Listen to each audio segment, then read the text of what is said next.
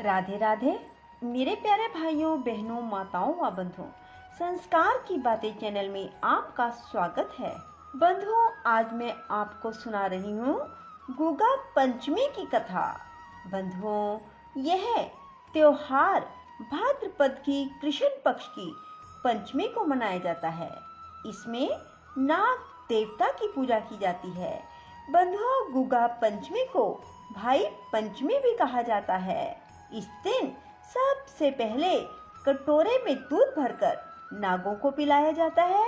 इसके बाद दीवार पर गेरू से पोतकर दूध में कोयला पीसकर चौकोर घर बनाकर इसमें 5 सर्प बनाए जाते हैं। इसके बाद इन सर्पों पर जल, कच्चा दूध, रोली, चावल, बाजरा, आटा, घी, चीनी मिलाकर चढ़ाया जाता है और फिर पंडित को दक्षिणा दी जाती है। बंधुओं, इस व्रत के करने से स्त्रियां सौभाग्यवती होती हैं, पति की विपत्तियों से रक्षा होती है और हर मनोकामना पूरी होती है। बहनें भाइयों को टीका लगाती हैं और मिठाई खिलाती हैं। स्वयं चना और चावल का बना हुआ बासी भोजन खाती हैं। बदले में भाई बहनों को शगुन देते हैं। बंधुओं, यदि आपने हमारे YouTube चैनल संस्कार की बातें अब तक सब्सक्राइब नहीं किया तो जरूर करें और बेल आइकन दबाना ना भूलें। बंधुओं, अब मैं आपको सुनाऊंगी गुगा पंचमी की कहानी। बंधुओं, सभी मेरे साथ मिलकर बोलिए, नाग देवता की जय हो। बंधुओं, एक बार एक सेठ जी थे। उनके 7 पुत्र और 7 ही पुत्र वधुएं थी, जिनमें सबसे छोटी बहू बहुत समझदार और सुशील थी, परंतु उसके कोई भाई नहीं था। एक दिन बड़ी बहू ने घर लीपने को पीली मिट्टी लाने के लिए सभी बहुओं को साथ चलने के लिए कहा और कहा कि सभी थलियां और खुरपी लेकर मिट्टी खोदने के लिए चलें। और सभी एक जगह पहुंची और मिट्टी खोदने लगी। तभी वहां एक सर्प निकला, जिसे बड़ी बहू खुरपी से मारने लगी। यह देखकर छोटी बहू ने उसे रोकते हुए कहा, मत मारो, यह तो बेचारा निरपराध है। यह सुनकर बड़ी बहू ने उसे नहीं मारा।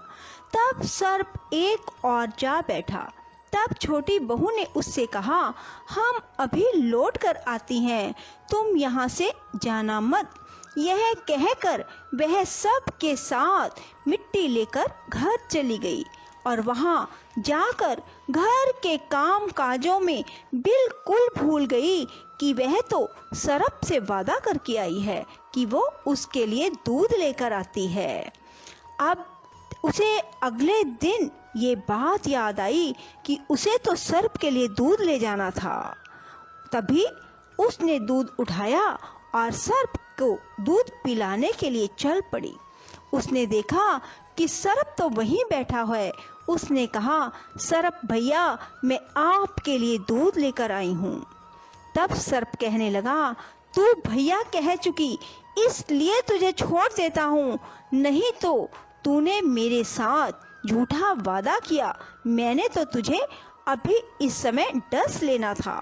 वह बोली, भैया मुझसे भूल हो गई, उसकी क्षमा मांगती हूँ। तब सर्प बोला, अच्छा, तू आज से मेरी बहन हुई और मैं तेरा भाई हुआ, तुझे जो मांगना हो मांग ले। वह बोली, भैया मेरा कोई नहीं है, अच्छा हुआ जो तू आज मेरा भाई बन गया। कुछ दिन बीत गए, सावन का महीना आया और सेठ की सभी बहुओं अर्थात सेठ की 6 बहुओं के भाई उन्हें लेने आए, क्योंकि ये एक रीत है कि सावन के महीने में सभी बहुएं अपने मायके जाती हैं। और अब छोटी बहू बेचारी रोने लगी, क्योंकि उसके कोई भाई नहीं था। तभी जो सर्प था वो मनुष्य का रूप धारण करके उसके वहां आया और सेठ जी को बोला कि मैं अपनी बहन को लेने के लिए आया हूँ। तब सेठ जी बोले कि इसके तो कोई भाई है नहीं। तब उसने कहा कि मैं इसका दूर के रिश्ते में भाई हूँ, बचपन में ही बाहर चला गया था। उसके विश्वास दिलाने पर घर के लोगों ने छोटी बहू को उसके साथ भेज दिया। उसने मार्ग में बताया कि मैं वही सर्प हूँ, इसलिए तू डरना नहीं। जहाँ चलने में कठिनाई हो वहाँ मेरी पूंछ पकड़ लेना। उसके कहे अनुसार ही उसने किया और सर्प देवता के नाग लोक में पहुंच गए। वहां के धन ऐश्वर्य को देखकर छोटी बहू बहुत ही हैरान हो गई। एक दिन सर्प की माता ने उससे कहा, मैं किसी काम से बाहर जा रही हूँ, तू अपने भाई को ठंडा दूध पिला देना। उसे यह बात ध्यान न रही और उससे गरम गरम दूध पिलाया गया, जिसमें उसका मुख बेतरह से जल गया। यह देखकर सर्प की माता बहुत क्रोधित हुई, परंतु सर्प के समझाने पर शांत हो गई। तब सर्प ने कहा कि बहन को अब उसके घर भेज देना चाहिए। तब सर्प और उसके पिता ने उसे बहुत सा सोना, चांदी, जवाहरात, वस्त्र, आभूषण देकर उसके घर पहुंचा दिया। इतना ढेर सारा धन देखकर बड़ी बहू ने ईर्ष्या से कहा, भाई तो बड़ा धनवान है, तुझे तो उससे और भी धन लाना चाहिए। सर्प ने यह वचन सुना तो सब वस्तुएं सोने की ला कर दे दी। यह देखकर बड़ी बहू ने कहा, इन्हें झाड़ने की झाड़ू भी सोने की होनी चाहिए। तब सर्प ने झाड़ू भी सोने की लाकर रख दी।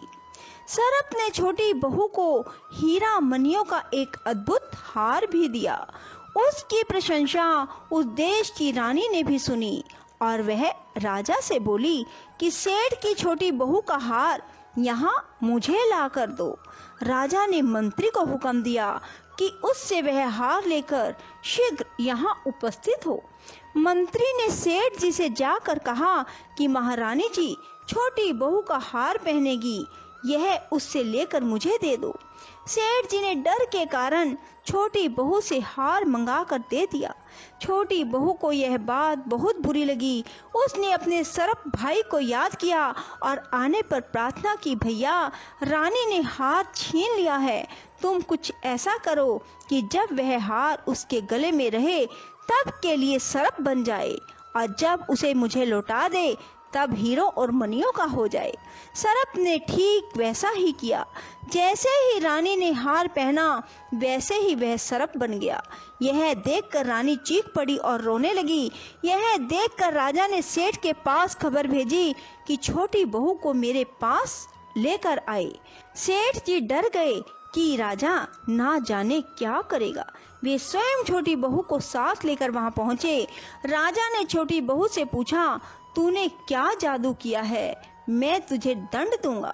छोटी बहू बोली, राजन धृष्टता क्षमा कीजिए, यह हार ही ऐसा है कि मेरे गले में हीरो और मणियों का रहता है और दूसरे के गले में सर्प बन जाता है। यह सुनकर राजा ने वह सर्प बना हार उसे देकर कहा, अभी पहन कर दिखाओ। छोटी बहू ने जैसे ही उसे पहना वैसे ही वह हार हीरे और मणियों का बन गया। यह देखकर राजा को उसकी बात का विश्वास हो गया और उसने प्रसन्न होकर उसे बहुत सी मुद्राएं भी पुरस्कार में दी। छोटी बहू उन सब वस्तुओं को लेकर और हार को लेकर अपने घर लौट आई। उसके धन को देखकर बड़ी बहू ने ईर्ष्या के कारण उसके पति को सिखाया कि छोटी बहू के पास कहीं से धन आया है। यह सुनकर उसके पति ने अपनी पत्नी को बुलाकर कहा, ठीक ठीक बता कि यह धन तुझे कौन देता है। तब वह सर्प को याद करने लगी। तब उसी समय सर्प ने प्रकट होकर कहा, यदि मेरी धर्म बहन के आचरण पर संदेह प्रकट किया तो मैं तुझे खा जाऊंगा। यह सुनकर छोटी बहू का पति बहुत प्रसन्न हुआ और उसने सर्प देवता का बड़ा सत्कार किया। उसी दिन से नाग पंचमी का त्योहार मनाया जाने लगा और स्त्रियां सर्प को भाई मानकर उनकी पूजा करने लगी। बोलो नाग देवता की जय। राधे राधे। जय श्री कृष्णा। बंधुओं, यदि आपको हमारी वीडियो पसंद आए तो इसे लाइक करें और शेयर भी जरूर करें।